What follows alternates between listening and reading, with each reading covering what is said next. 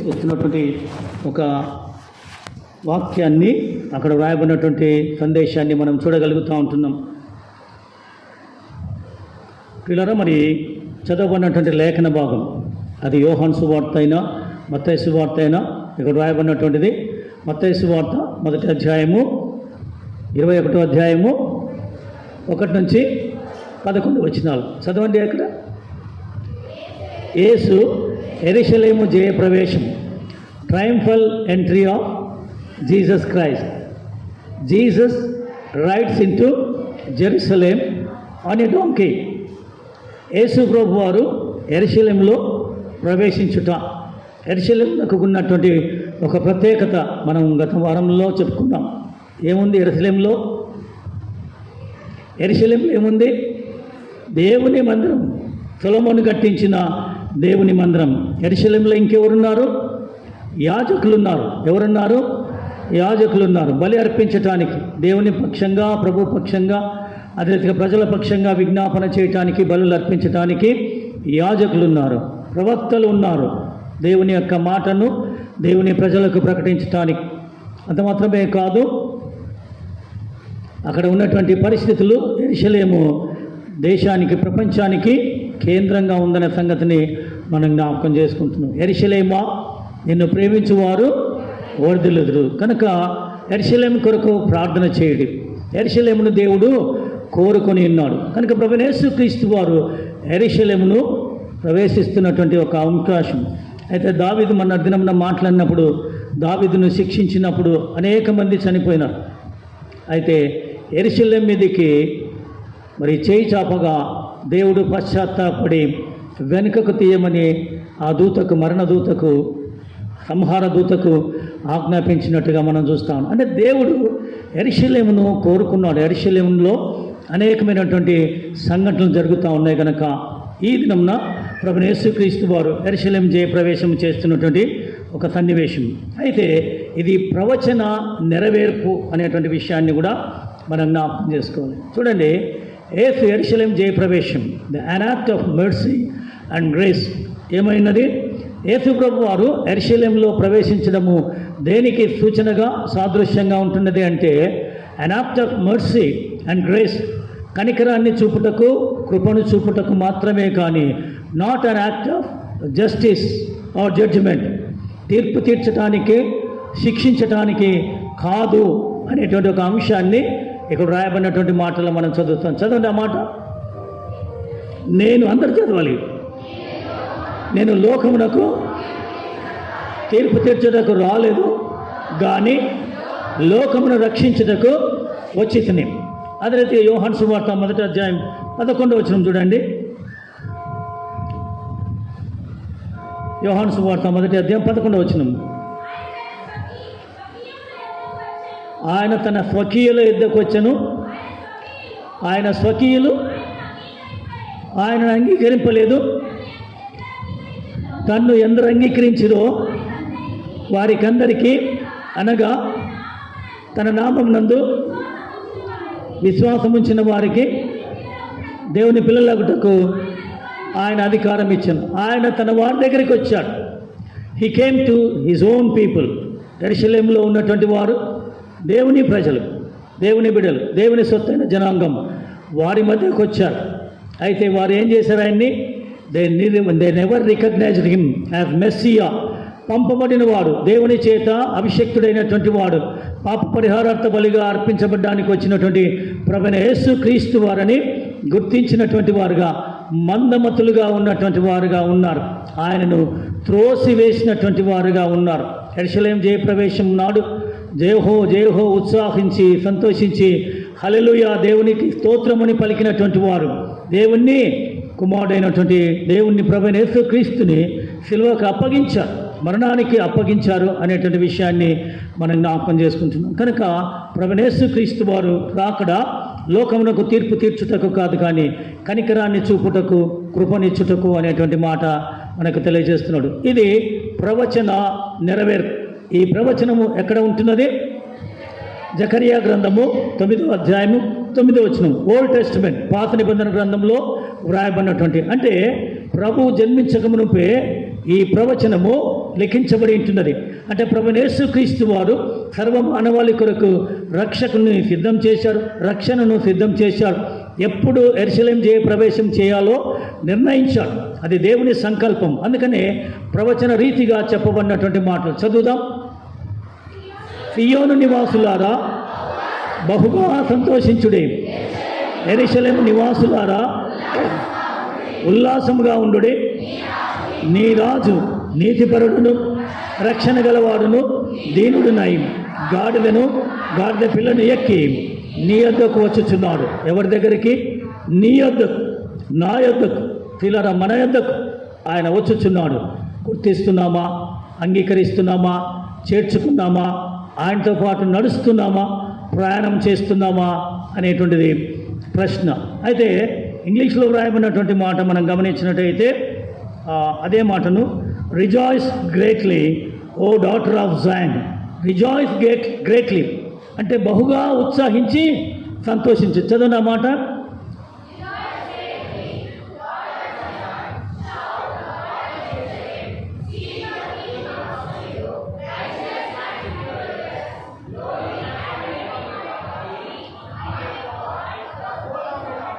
అనే foal, FAOL, foul కాదు, fail కాదు, foal, right.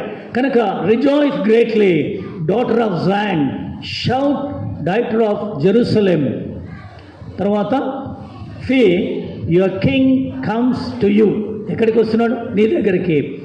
Righteous and victorious, lowly and riding on a donkey, on a colt, the foal of a donkey. Colt అన్నా, foal అన్నా, mule అన్నా, ఇవన్నీ కూడా donkey అన్నా ఒకే పదజాలం. గాడిద, మన తెలుగులో కంచెర గాడిద అంటాం. కానీ ఇంగ్లీష్లో మరి దావీదు రాజు ఏమంటాడంటే మై పర్సనల్ మ్యూల్, నా యొక్క వ్యక్తిగతంగా నేను వాడినటువంటి గాడిద మీద నా కుమారుడైన సొలొమోనును పట్టాభిషక్తిని చేయము. అంటే ఒక రాయల్ యానిమల్. ఇది ఎటువంటిదంటే రాజులు వాడేటువంటిది. దేని కొరకు ఏన్షియంట్ టైమ్స్లో ఎందుకు వాడారంటే వారు మరి సమాధానానికి వచ్చేటప్పుడు లేకపోతే రాజులు ప్రయాణం చేయడానికి దీనిని బహుగా వాడినట్టుగా మనం గమనిస్తూ ఉన్నాం. కనుక నీతి రాజు అనేటువంటి మాట. ఆయన అయితే ప్రవేశిస్తున్న తీరు మనం గమనించినట్టయితే గాడిద పిల్లనెక్కి, manner of coming, entering on a colt, donkey, royal animal, ఆ Jewish people, humble, uncomplaint, endurance.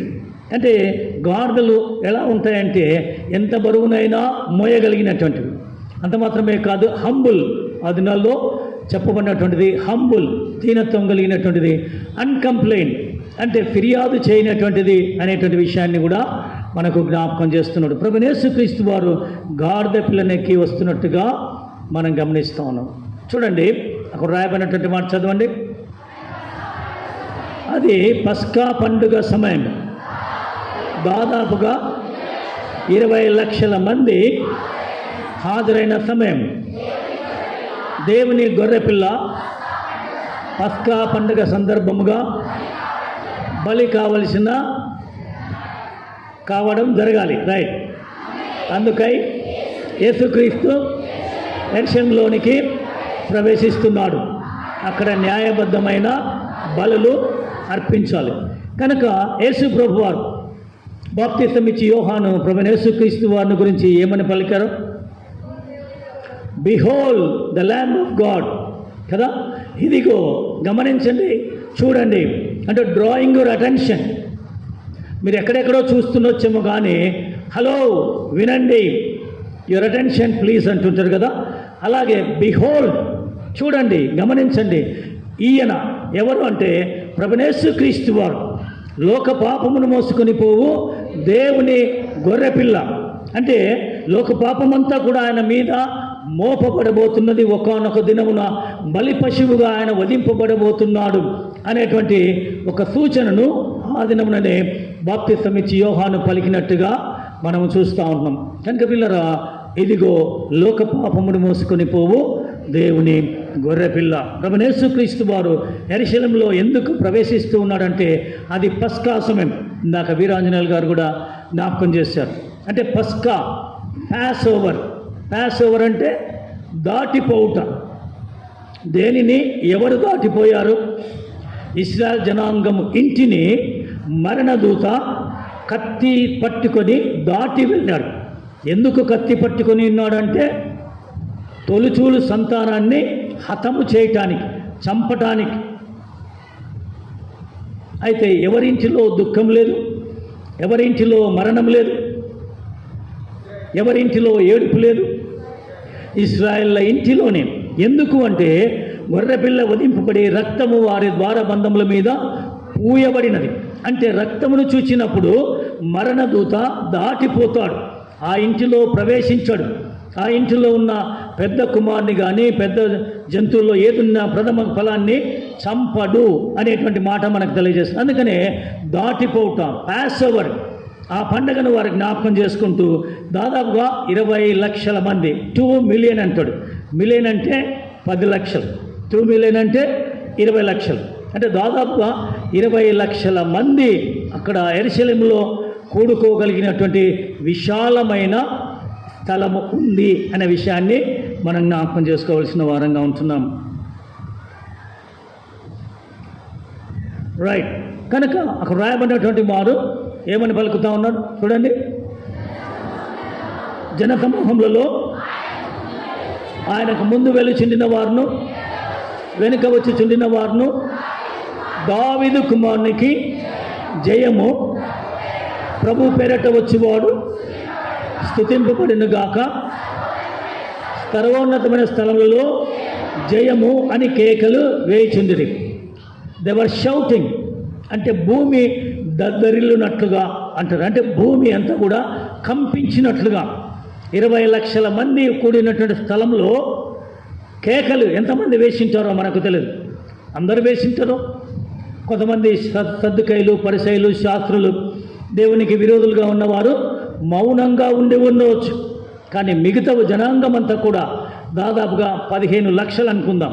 20 లక్షల్లో 15 లక్షల మంది ఒక్క మారు కేకలు వేస్తే ఎలా ఉంటుంది? మీరందరూ ఆమెన్ అని చూడండి ఒకసారి ఎలా ఉంటుందో. చాలామంది ఆమెన్ చెప్పరు, పరలోక ప్రార్థన చెప్పరు కదా. మీరందరూ చెబితే ఎలా ఉంటుందో ఒకసారి చూడండి, వినండి మీరే. గంభీరంగా ఉంటుంది. ఆమెన్ అని ఇంతమంది పలికితే అవునుగాక అని సమ్మతించినట్లయితే ఎంత బాగుంటుంది. కనుక గొప్ప కేకలు వేస్తున్నారు. ప్రభు పేరట వచ్చేవాడు. ఎవరి పేరట? దేవుడు పంపగా వచ్చినటువంటి వాడు. అందుకనే ప్రభువైన యేసుక్రీస్తు వారు మాట్లాడుతూ, నా తండ్రి పని మీద ఉన్నాను, I am on my father's job. కనుక దేవుడు పంపగా వచ్చినటువంటి వాడు, ప్రభు పేరట వచ్చినటువంటి వాడు. ఏం కావాలి? స్తుతింపబడిన గాక, సర్వోన్నతమైన స్థలములలో జయము అని కేకలు వేసి. ఎవరి కుమారునికి? వారందరి అవగాహన ఏంటి? దావీదు కుమారుడు యేసు ప్రభు వారు దావీదు కుమారుడుగానే పిలువబడ్డాడు. యేసేపు కుమారుడుగా కాదు, మరియ కుమారుడుగా కాదు. ఆయన దావీదు వంశంలో పుట్టినటువంటి వాడు, దావీదు గోత్రంలో జన్మించినటువంటి వాడు. కనుక దావీదు కుమారునిగా పిలువబడినటువంటి వాడు అనేటువంటి మాటను మనకి ఇక్కడ జ్ఞాపకం చేస్తున్నాడు. అయితే దేవుడు దావీదు వంశంలో పుట్టడానికి గల కారణాన్ని మనము గమనించినట్టయితే రాజుల మొదటి గ్రంథము 1వ అధ్యాయం 33వ వచనంలో చూసినట్టయితే సొలొమోనుకు మరి పట్టాభిషేక సమయంలో చెప్తున్నటువంటి మాట. చదవండి ఆ మాట. 1వ అధ్యాయం 33వ వచనం. రాజుల మొదటి గ్రంథము 1వ అధ్యాయం 33వ వచనం. అంతటి రాజు, మీ ఏలిన వాడనైనా నా సేవకులను పిలుచుకొని పోయి నా కుమారుడైన సొలొమోనును నా కంచెర గాడిద మీద ఎక్కించి ఎక్కడికి? సీహోనునకు తీసుకుని పోయి, గీహోనునకు తీసుకుని పోయి యాజకుడైన సాదోకును ప్రవక్త అయిన నాతానును అక్కడ ఇశ్రాయేళ్ల మీద రాజుగా అతనికి పట్టాభిషేకము చేసిన తర్వాత మీరు బాకానాదము చేసి రాజైన సొలొమోను చిరంజీవి యగునుగా కానీ ప్రకటన చేయవలను. టేక్ మై పర్సనల్ మ్యూల్, నా వ్యక్తిగతంగా నేను వాడినటువంటి గాడిద, తెలుగులో కంచెర గాడిద అని వాడారు అంటే అనువాదంలో, బట్ మ్యూల్ మై పర్సనల్, నా వ్యక్తిగతంగా నేను ఉపయోగించిన గాడిదను అనేటువంటి మాట మనకి ఇక్కడ వ్రాయబడినటువంటి అంశం.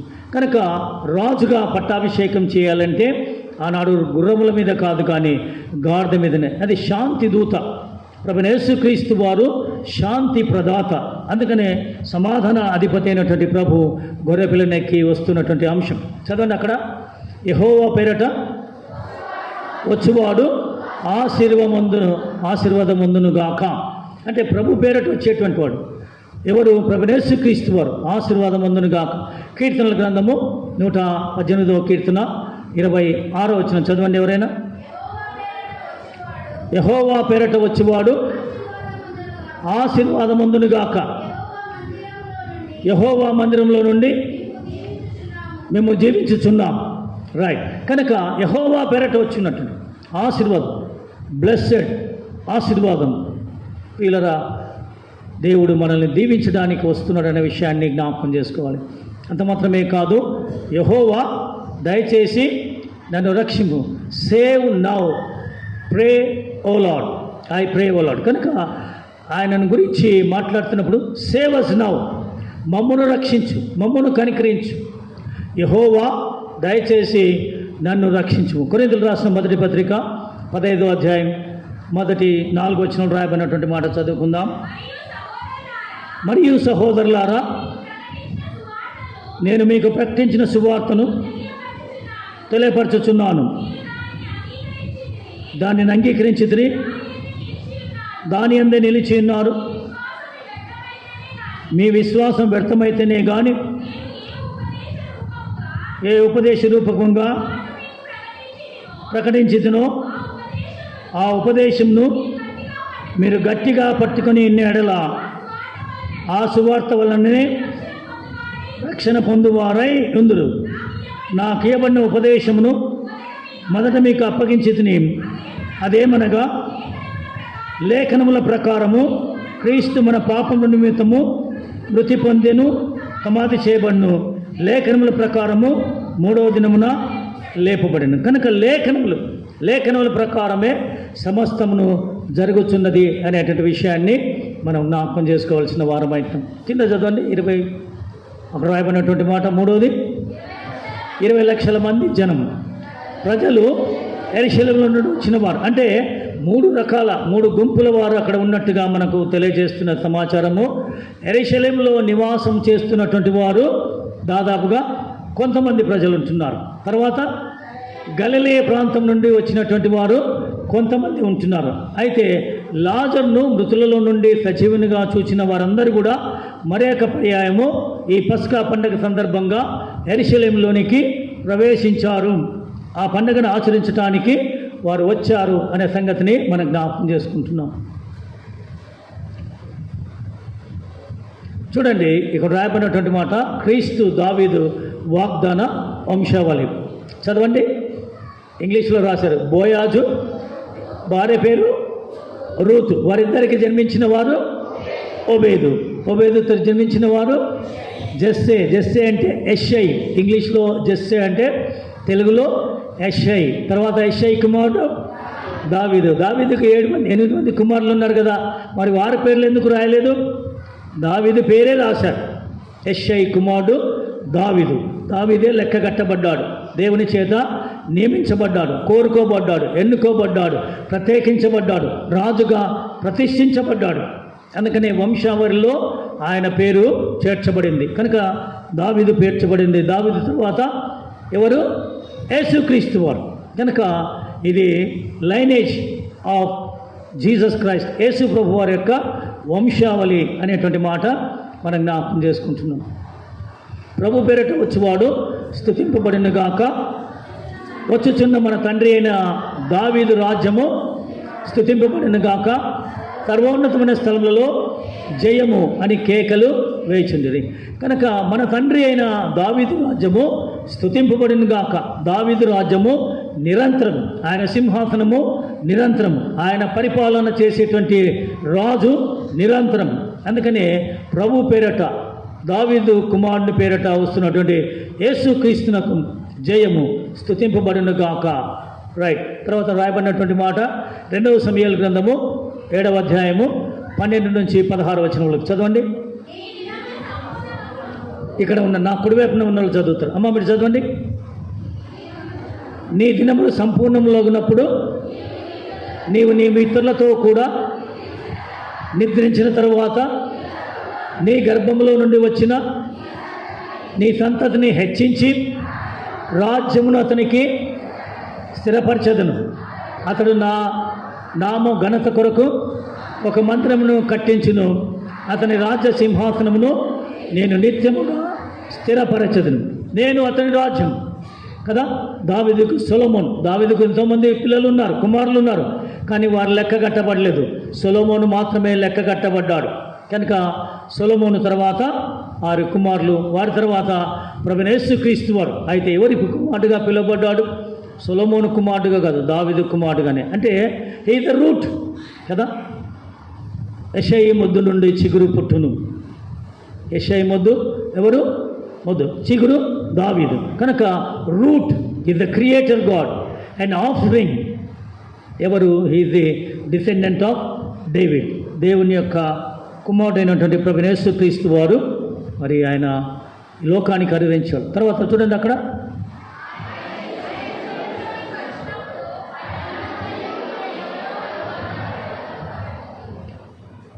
ఆయన యెరూషలేములోనికి వచ్చినప్పుడు పట్టణమంతయు ఈయన ఎవరో అని కలవరపడాను. హూ ఈజ్ దిస్ కదా. చాలామందికి కొంతమంది తెలియదు. ఒక సందడి ఉంటుంది అనుకోండి, ఏం జరుగుతుంది అని మనం అడుగుతాం.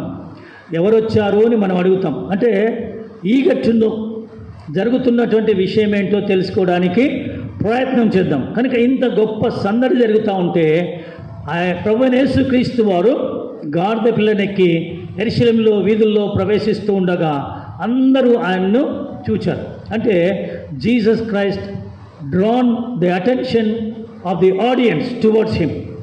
అందరూ కూడా ఆయన వైపు చూడగలిగారు. ఈ కేకలు విన్నారు, గాడిద పిల్లను చూచారు, గాడిద పిల్ల మీద ఉన్నటువంటి ప్రభువైన యేసుక్రీస్తును చూచారు. అయితే ఆయన ఎవరో వారికి తెలియదు. చాలామంది వచ్చారు, గలిలే ప్రాంతం నుంచి వచ్చారు, అనేక ప్రాంతాల నుంచి వచ్చారు. కనుక ఆయన్ని భౌతికంగా చూచి ఉండకపోవచ్చు, ఆయన ఎవరో తెలుసుకొని ఉండకపోవచ్చు, ఆయన దేవుని కుమారుడని తెలియకపోవచ్చు, ఆయన స్వస్థపరిచిన వాడని తెలియకపోయిండొచ్చు, ఆయన అనేకులకు ఆహారం పెట్టిన వాడని తెలియకపోయి ఉండొచ్చు. అందుకనే ఈయన ఎవరు, హూ ఇస్ దిస్ అనేటువంటి మాట మనకు రాయబడినటువంటి మాట. అంటే సిటీస్ గ్రేట్ క్వశ్చన్. ఆ పట్టణంలో ఉన్నటువంటి వారందరికీ ఒక ప్రశ్న, ఈయన ఎవరబ్బా, మేము ఎప్పుడు చూడలేదే, ఎందుకు గాడిద పిల్లనెక్కి వస్తూ ఉన్నాడు మన యెరూషలేములోకి, ఈ నూతన వ్యక్తి ఎందుకోసం వస్తున్నాడు అని వారికి అనేకమైన అనుమానాలు కలిగి ఉండవచ్చు. అయితే దేవుని కుమారుడు, ఒక రాయబడిన మాట చదవండి. ఆయన ఎవరి కుమారుడు? దేవుని కుమారుడు, సన్ ఆఫ్ గాడ్. తర్వాత ఆయన అభిషక్తుడు, the Messiah, anointed by God, send by God, consecrated by God. దేవుని చేత పంపబడినటువంటి వాడు. దేని కొరకు పంపబడ్డాడు? అనేకుల కొరకు రక్తం చిందించడానికి, పాప పరిహారార్థ బలిగా అర్పించబడ్డానికి ఆయన పంపబడినటువంటి వాడు, అభిషేకించబడినటువంటి వాడు.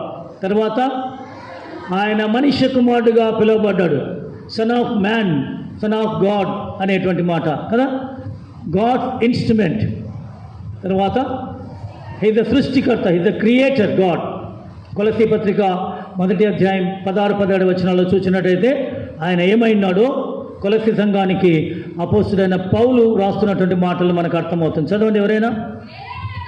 ఏలైనగా ఆకాశమందున్నవి, భూమి అందున్నవి, దృశ్యమైనవి కానీ అదృశ్యమైనవి కానీ, అవి సింహాసనములైనను ప్రభుత్వములైనను ప్రధానులైనను అధికారములైనను ఆయనందు సృజింపబడిను, సర్వమును ఆయన ద్వారాను ఆయనను బట్టి సృజింపబడిను. ఆయన అన్నిటికంటే ముందుగా ఉన్నవాడు, ప్రీ ఎమినెంట్ క్రైస్ట్. ఆయన అన్నిటికంటే ముందున్నవాడు. He is the creator God. He created everything. ఆయన సమస్తాన్ని సృష్టించినటువంటి సృష్టికర్త అయినటువంటి దేవుడు. తర్వాత ఈజ్ ద మీడియేటర్. ఆయన మనకు మధ్యవర్తిగా ఉన్నటువంటి వాడు. ఇవన్నీ కూడా మనకు లేఖనాలు ఉన్నాయి కనుక ఆయన ఎవరో అని వారికి కలిగినటువంటి అనుమానాన్ని లేఖనాధారంగా మనం నివృత్తి చేసుకుంటూ ఉన్నాం. ఆయన మధ్యవర్తి, ఈజ్ ద మీడియేటర్. చదవండి, తిమోతికి రాసిన మొదటి పత్రిక 2వ అధ్యాయం 5వ వచనం. దేవుడొక్కడే, దేవునికి నరులకును మధ్యవర్తి ఒక్కడే, ఆయన క్రీస్తు యేసును నరుడు. Is the man, son of man. ఇలా మధ్యవర్తి ఒక్కడే, దేవునికి నరులకును మధ్యవర్తి. మనుషులు చాలామంది కాపర్లను లేకపోతే ఈ బోధకులను మధ్యవర్తులుగా పెట్టుకుంటున్నారు, అంటే ప్రార్థన చేయడానికి, చేయించుకోవడానికి. కానీ ఇక్కడ చెప్తున్నటువంటి మాట మధ్యవర్తి ప్రభువైన యేసుక్రీస్తు వారే. ఈ ద మీడియేటర్ గాడ్. మనం ఆయన ద్వారా తండ్రి దగ్గరికి వెళ్ళవచ్చు. కనుక నేనే మార్గం, నేనే సత్యం, నేనే జీవం, నా ద్వారానే తప్ప ఎవడును తండ్రి యొద్దకు రానేడు. You cannot reach God, you cannot receive God's blessing కదా. Is the mediator God. తర్వాత ఏమైనాడు చదవండి, నిత్య జీవ ప్రదాత. Only one way to eternal life. యోహాను సువార్త 3వ అధ్యాయం 16వ వచనం రాయబడినటువంటి మాట, దేవుడు లోకం ఎంతో ప్రేమించెను, కాగా తన అద్వితీయ కుమారునిగా పుట్టిన వాని యందు విశ్వాసం ఉంచు ప్రతి వాడును నశింపక నిత్య జీవం పొందినట్లు ఆయనను మనకు అనుగ్రహించను. God so loved the world that he gave his only begotten son. తర్వాత అంతే, టు సేవ్ అస్ కదా. He gave his only begotten son. మన కొరకు ఆయన తన ఏక కుమారుని మనకు అనుగ్రహించింది. టు బికమ్ ఈ చిల్డ్రన్. ఆయన పిల్లలవుటకు మనకు అధికారాన్ని ఇచ్చినట్టుగా మనం గమనిస్తూ ఉన్నాం. అయితే ఆయన రక్షించే రక్షకుడు అయినటువంటి దేవుడు. చూడండి, అక్కడ రాయబడినటువంటి మాట, జనసమూహము ఈయన గలిలయలోని నజరేతు వాడగు ప్రవక్త అయిన యేసు అని చెప్పిరి. ఈయన ఎవరు అంటే అక్కడ ఉన్నటువంటి వారు కొందరు ఏం చెప్పారు, గలిలయలోని నజరేతు వాడగు ప్రవక్త అయిన యేసు. అంటే వారి అవగాహన ఒక ప్రవక్త. ప్రవక్త అంటే దేవుని ప్రతినిధి, దేవుని మాటలను దేవుని ప్రజలకు యథాతథంగా బోధించేటువంటి వాడు కదా. ప్రవక్తలు చాలామంది ఉన్నారు. యెషయా ప్రవక్త, ఇర్మియా ప్రవక్త, ఏలియా ప్రవక్త, ఎలీషా ప్రవక్త, ఆమోసు ప్రవక్త, ఓబద్య, యోనా, మీకా, ఇంకా హగ్గై, జఫన్యా, నహూము, వీరందరూ కూడా ప్రవక్తలుగా ఉన్నటువంటి వారు. ఎందుకు అంటే దేవుడు వారిని ఎన్నుకున్నాడు ప్రవక్తలుగా ప్రవచించటానికి. దేవుని బూరగా దేవుని మాటలను ప్రజలకు, తన ప్రజలైన ఇశ్రాయేలు జనాంగానికి, కొన్నిసార్లు అవసరమైతే అన్ని జనాంగానికి కూడా వివరించటానికి వారిని ఏర్పాటు చేసుకున్నాడు. అయితే వారి అవగాహన యేసుక్రీస్తు వారు ప్రవక్త వరకే గుర్తు కదా. అయితే యేసుక్రీస్తు ప్రవక్త మాత్రమేనా? ప్రవక్త కంటే గొప్పవాడు ఇక్కడ ఉన్నాడు కదా. యోనా కంటే గొప్పవాడు, సొలొమోను కంటే గొప్పవాడు, అబ్రహాం కంటే గొప్పవాడు, మోషే కంటే గొప్పవాడు కదా. ఆయనలో అన్నీ ఉన్నాయి. ప్రవక్తనే కాదు, ఆయన యాజకుడైనటువంటి వాడు, ఆయన స్వస్థపరిచే దేవుడు కనుక ఆయన ప్రవక్త. అయితే యేసుక్రీస్తు వారు తన శిష్యులతో కూడా అడిగారు కదా, నన్ను గురించి జనులు ఏమని అనుకుంటున్నారు? What they think about me? నీవేమనుకుంటున్నావు? ఈరోజు ప్రశ్న. ప్రభువైన యేసుక్రీస్తు వారు ఎవరు? ఆయన నీకేమై ఉన్నాడు? సరే ఆయన లోకానికి రక్షకుడు అయిండొచ్చు, బట్ నీకేమైనాడు వ్యక్తిగతంగా, అది చాలా ప్రాముఖ్యం కదా. హోసన్నా హోసన్నా అని గుంపులో మనం అరవడం, కేకలు వేయడం, ఉత్సహించి గంతులు వేయడం ఒక ఎత్తు. కానీ దావీదు నాట్యం చేశాడు. తనను ఎరిగినవాడు దావీదు ఏమైనాడు? నా రక్షకుడు, నా దేవుడు, నా ప్రభు, నా విమోచకుడు, నా దుర్గం, నా కోట, నా శైలం, నా నా నా అనేటువంటి మాట పదే పదే వింటూ ఉంటాం. కనుక ఈ దేవుడు, ఈ ప్రవక్త, ఈ యాజకుడు, ఈ రక్షకుడు, ఈ విమోచకుడు నీకేమై ఉన్నాడు? నీకు రక్షకుడై ఉన్నాడా? సేవ్ అస్ లవ్ లార్డ్, ప్రభువా మమ్మల్ని రక్షించుము, ఇప్పుడే, నేడే అనుకూల సమయము, నేడే రక్షణ దినం. ఇంత గొప్ప రక్షణను నిర్లక్ష్యం చేసిన ఎలాగ తప్పించుకుందువు? The creator God, the almighty God, the sovereign Lord coming to you, నీ దగ్గరికి వస్తున్నాడు. సియోను కుమారి, రిజాయిస్ గ్రేట్లీ, ఉల్లసించి, సంతోషించి, ఆనందించుడి. ఎందుకంటే నువ్వు ఆయన దగ్గరికి వెళ్ళలేవు, ఆయనే నీ దగ్గరికి వస్తున్నాడు. నువ్వేం చేయాలి? ప్రభువా రా నా దగ్గరికి, నాలో ఉండు ప్రభువా అని పిలవాలి, ఆహ్వానించాలి. జక్కయ్య ఎలాగ ఆహ్వానించాడో నీవు నేను మనమందరం కూడా ఆయన్ను అలా ఆహ్వానించాలి. ఆహ్వానించకపోతే దేవుడు వెళ్ళిపోతాడు. దేవునికి ఏం నష్టం కాదు, నష్టం ఎవరికి? నాకే, మనకే. కనుక ఆయన మనలో ఉండాలి కదా. మాతో ఉండు ప్రభువా. మోషే ప్రార్థన ఏంది?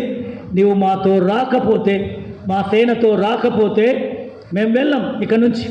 You must come with us. That was the pleading of Moses. మోషే ప్రతిమాలుకుంటున్నాడు, అయ్యా మమ్మల్ని ఒంటరిగా పంపవద్దు, నువ్వు మాతో కూడా రావాలి, మాలో ఉండాలి. ఇది చాలా ప్రాముఖ్యం. ఈ భయంకరమైన లోకంలో, ఈ పాపలోకంలో మేము ఒంటరిగా ప్రయాణం చేయలేమయ్యా, నీవు రావాలి, నాతో రావాలి అనేటువంటి మాట మనం చెప్పవలసిన వారమై ఉంటున్నాం. కనుక గలిలయలోని నజరేతు వాడగు యేసు, home town of Jesus Christ. యేసు ప్రభు వారు బాలుడుగా ఎదిగిన ప్రాంతం. చదవండి అక్కడ. యేసు ప్రభు వారు బాలుడుగా ఎదిగాడు, అంటే జన్మించి ఎదిగాడు. 30 సంవత్సరాలు అక్కడ నివాసం చేశాడు. తర్వాత ఒకటి చదవండి, యోహాను సువార్త 1వ అధ్యాయం 46వ వచనంలో. అందుకు నతానియేలు, మా చదవండి, నజరేతులో నుండి మంచిది ఏదైనా రాగలదా అని అతన్ని అడగగా, వచ్చి చూడుమని ఫిలిప్ అతనితో అనెను. Can anything good come out of Nazareth? నజరేతులో నుండి, బుధవారపేటలో నుండి, గుడ్ షెపర్డ్ సంఘంలో నుంచి మంచివారు ఎవరైనా ఉన్నారా? మంచి చేయగలిగిన వారు ఎవరైనా ఉన్నారా?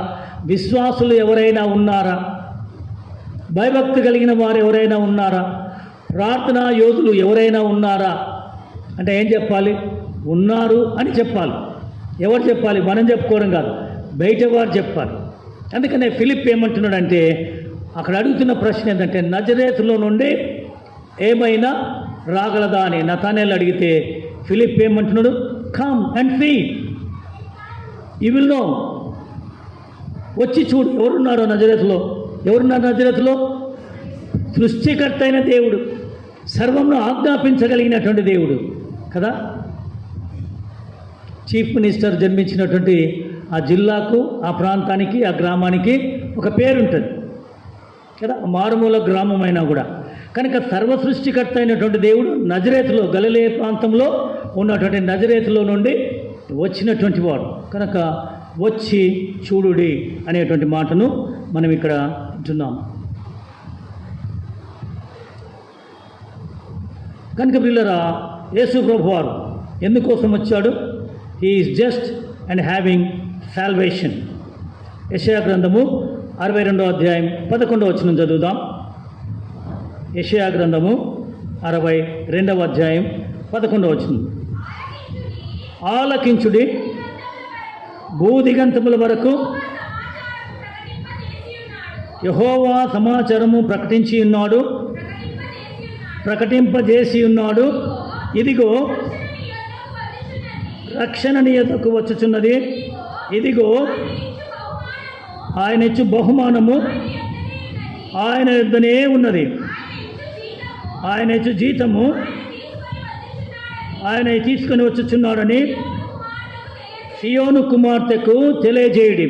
పిల్లరా, లేఖనంలో చెప్పబడుతున్నటువంటి మనం ఆలకించుడి. Listen carefully, listen attentively, attend to his voice. పిల్లలు జాగ్రత్త కూర్చోండి, అటు ఇటు తిరగొద్దండి. Please SIT down. ముందు స్థలం ఉంది, కూర్చోవచ్చు. కనుక ఇక్కడ వ్రాయబడినటువంటి మాట ఆలకించుడి, భూదిగంతముల వరకు యెహోవా సమాచారము ప్రకటింపజేసి ఉన్నాడు. ఆయన్నే ప్రకటింపజేసినాడు. ఎలా?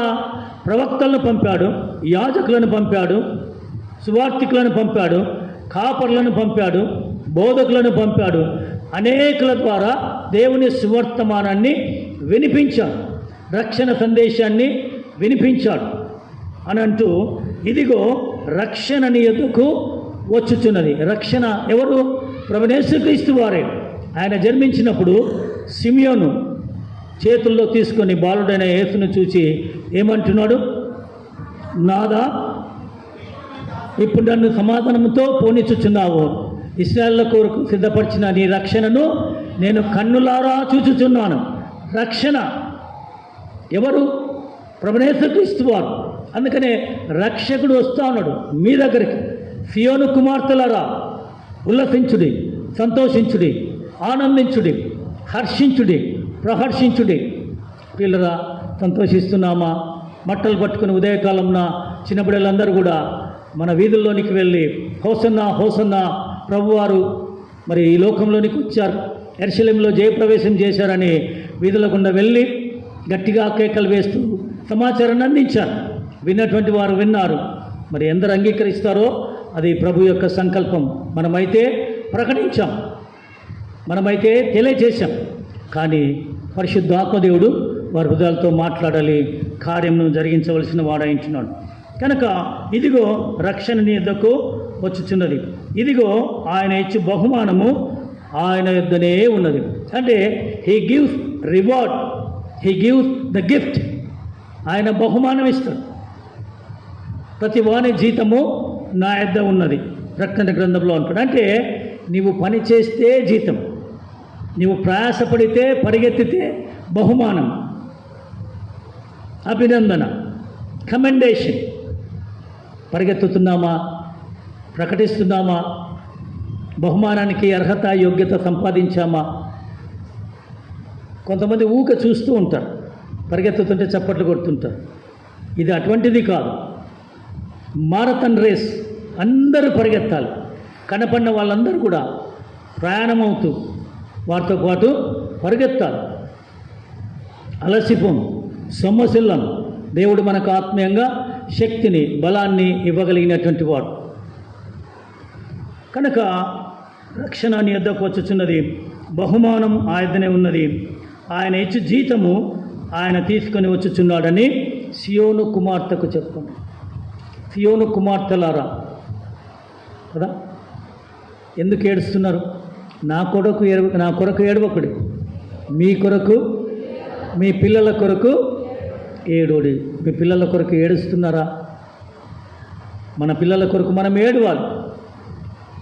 పిల్లల ఇందాక మాట్లాడుతున్నప్పుడు హాస్పిటల్లో ఒక వ్యక్తి నా పక్కన కూర్చొని మాట్లాడుతూ, పేర్లు చెప్పను కానీ, ఒక వ్యక్తి యొక్క కుమారుడు వివాహం చేసుకున్నాడు. ఆ అమ్మాయి ఎటువంటి విశ్వాసం అంటే కమ్యూనిస్ట్ సిద్ధాంతాలు కలిగినటువంటి. సరే, వాళ్ళు అమెరికా దేశంలో ఉన్నారు. కొంతకాలం అయిన తర్వాత వాళ్ళకు శిశువు జన్మించాడు. బర్త్డే పార్టీ చేయాలని పెద్ద చర్చిలో ఒక పెద్దగా ఏర్పాటు చేశారు. పెద్ద చర్చి అంటే ఈ పెద్ద చర్చి కాదు, ఒక చర్చి, వాళ్ళు వెళ్ళే చర్చి ఏర్పాటు చేస్తే ఆ అమ్మాయి ఇక్కడికి రాలేదు. ఎక్కడికి పోయిందంట? తిరుపతికి పోయింది గుండు కొట్టించడానికి. అర్థమైంది? అంటే విశ్వాసంలో భ్రష్టత్వం. మనం అందుకే వివాహాలు చేసుకునేటప్పుడు విశ్వాసులనే చేసుకోవాల్సినటువంటి జీతం, పని, పరిచర్య ఇవన్నీ కూడా చేయాలి. కనుక పిల్లరా, మనమందరం కూడా మన పిల్లల కొరకు ప్రార్థన చేయాలి. ఒక మంచి జీవిత భాగస్వామి కొరకు ప్రభు దగ్గర కనిపెట్టాలి. హడావిడిగా మంచి జీతం అని పెళ్లి చేయకూడదు, మంచి ఉన్నత కుటుంబం అని పెళ్లి చేయకూడదు. దేవుని చిత్తమా కాదా అని తెలుసుకొని మనము పెళ్ళిళ్ళు చేయవలసిన వారమైన తర్వాత విచారించి బాధపడి దిగులు పడిన ప్రయోజనము ఉండదు. కనుక మీ కొరకు, మీ పిల్లల కొరకు ఏడవండి, ప్రలాపించండి, వేడుకొనండి అనేటువంటి విషయాన్ని ప్రభువైన యేసుక్రీస్తు వారు తెలియజేసినట్టుగా మనం చూస్తూ ఉంటున్నాం. కనుక పిల్లరా, యేసు ప్రభు వారు ఎందుకోసం వస్తున్నాడంటే రక్షణను ఇవ్వటానికి. అయితే జూయిష్ లీడర్స్ అందరూ కూడా యేసు ప్రభువును చంపడానికి ప్రయత్నం చేస్తున్నాడు. రక్షకుడు బయలుదేరాడు అంటే యేసు ప్రభు వారు ఇంతకు మునుపు ఎన్నడూ కూడా ఇంత బహిరంగంగా ఇంతమంది జనాంగంలోనికి ఆయన రాలేదు. వచ్చిన దాఖలాలు లేవు, వచ్చిన సందర్భం లేదు. కానీ చిట్ట చివరిసారిగా, ఆఖరిసారిగా ప్రభువైన యేసుక్రీస్తు వారు గొప్ప గుంపులోనికి బయలుదేరుతూ, ఇదిగో నేనే మీ రాజును, నేనే మెస్సియాను, నేనే అభిషక్తుడను, నేనే రక్షకుడను, నేనే జీవప్రదాతను అని తెలియచేస్తూ ఆయన బహిరంగంగా ప్రవేశించాడు. అయితే ఈ పెద్దలందరూ కూడా ఆయన్ని చంపాలని ప్రయత్నం చేస్తూ ఉన్నారు. అయితే వారు చెప్తున్న మాట ఏంటంటే, మాకు ఈ లోకంలో భౌతికంగా రాజు అక్కర్లేదు, మాకు సీజరే చక్రవర్తి, ఆయనే రాజు, హీ ఈజ్ అవర్ కింగ్, ఆయన మాటకే లోబడతాం. పిల్లరా, భౌతికంగా రాజులు ఉండొచ్చు, అధికారులు ఉండొచ్చు, పరిపాలకులు ఉండొచ్చు, కానీ నీ ఆత్మీయ జీవితానికి వీరెవ్వరు కూడా ఉపయోగం కాదు. ప్రభువును రక్షకుడైన యేసుక్రీస్తు మాత్రమే నీకు రాజుగా ఉండాలి. నిన్ను పరిపాలించాడు. నీ జీవితాన్ని తన అదుపులో, ఆజ్ఞల్లో ఉంచుకోవాలి. అప్పుడే నీ జీవితము క్రమబద్ధీకరించబడుతుంది, అది చక్కగా కొనసాగబడుతుంది, గమ్యము చేర్చబడుతుందనే విషయాన్ని మనం జ్ఞాపకం చేసుకోవాలి. కనుక ఈ ఉదయకాలమున ప్రభు మన కొరకు బయలుదేరి వస్తున్నాడు అనేటువంటి మాట, ఆయన ఈ లోకానికి అరుదించాడు మనకు రక్షణ ఇవ్వటానికి అనేటువంటి మాట. అయితే వారందరూ కూడా ఈ గురుడివారు అయిపోయారు. చూడండి, యోహాను సువార్త 12వ అధ్యాయం 35వ వచనం రాయబడినటువంటి గమనించినట్టయితే, యోహాను సువార్త 12వ అధ్యాయం 35వ వచనం. అందుకు యేసు, ఇంకా కొంతకాలము మేముందును, మీ మధ్య ఉండును, చీకటి మిమ్మును కమ్మను కొనుక్కున్నట్లు మీరు వెలుగు ఉండగానే నడువుడి, చీకటిలో నడుచువాడు తాను ఎక్కడికి పోతున్నాడో ఎరగడు. మీరు వెలుగు సంబంధులగినట్లు మీకు వెలుగుండగానే వెలుగునందు విశ్వాసం ఉంచుడని వారితో చెప్పాను. కనుక వెలుగైనటువంటి దేవుడు వెలుగు ఇవ్వటానికి వచ్చాడు, రక్షణ ఇవ్వటానికి వచ్చాడు, పరలోక రాజ్యానికి ఆహ్వానించడానికి వచ్చాడు. కానీ వారు త్రోసివేస్తూ ఉన్నారు. ఇంకా చీకట్లో ఉండాలనుకుంటున్నారు, అజ్ఞానంలో ఉండాలనుకుంటున్నారు, అంధకారంలో ఉండాలనుకుంటున్నారు. మనం ఎలా ఉండాలనుకుంటున్నాం? వారు శాస్త్రులు, పరిసయ్యులు, సద్దుకాయులు, సన్హెద్రిన్ సభ వారందరూ కూడా జ్ఞానం కలిగిన వారు. యేసు ప్రభువును త్రోసివేశారు. రక్షకుడి దగ్గరికి వస్తే కాదని తోసేశారు. మనం ఎలాగున్నాం? ఆయన మన దగ్గరికి వస్తూ ఉన్నాడు, మన దగ్గరే ఉన్నాడు, మనలోనే ఉన్నాడు, మన ముందు వెనుక ఇరుపార్శ్వలు ఆవరించి ఉన్నాడని మనం గుర్తిస్తున్నామా? యెరూషలేము కుమార్తెలారా, గొప్పగా సంతోషించండి, ఉల్లాసించండి, ఆనందించండి అనేటువంటి మాట.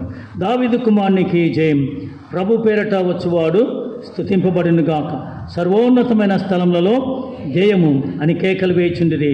ఆయన యెరూషలేములోనికి వచ్చినప్పుడు పట్టణమంతయు ఈయన ఎవరో అని కలవరపడెను. జనసమూహము ఈయన గలిలయలోని నజరేతు వాడగు ప్రవక్త అయిన యేసు అని చెప్పి, మరొక చోట లోకము ఆయన వెంట వెళ్ళెను. చూడుము, లోకం ఆయన వెంట వెళ్ళిందని సద్దుకాయులు, పరిసయ్యులు, శాస్త్రులు విసుక్కున్నారు. లోకం ఆయన వెంటనే వెళ్ళాలి కదా.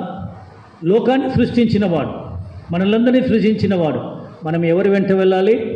యేసు ప్రభువుని వెంటనే వెళ్ళవలసిన వారమే. కనుక ఈ మాటలు మనం జ్ఞాపకం చేసుకుంటూ, యేసు ప్రభు వారు లోకరక్షకుడుగా జన్మించినటువంటి ప్రభువు ఈనాడు సియోను కుమార్తెలారా అని సంబోధిస్తూ, ఉల్లసించుడి, సంతోషించుడి, ఆనందించుడి, ఇదిగో ఇదిగో నీ రాజు భారవాహకం ఎక్కి యెరూషలేములో ప్రవేశిస్తున్నాడు. గుర్తిస్తున్నావా? అంగీకరిస్తున్నావా? స్వీకరిస్తున్నావా?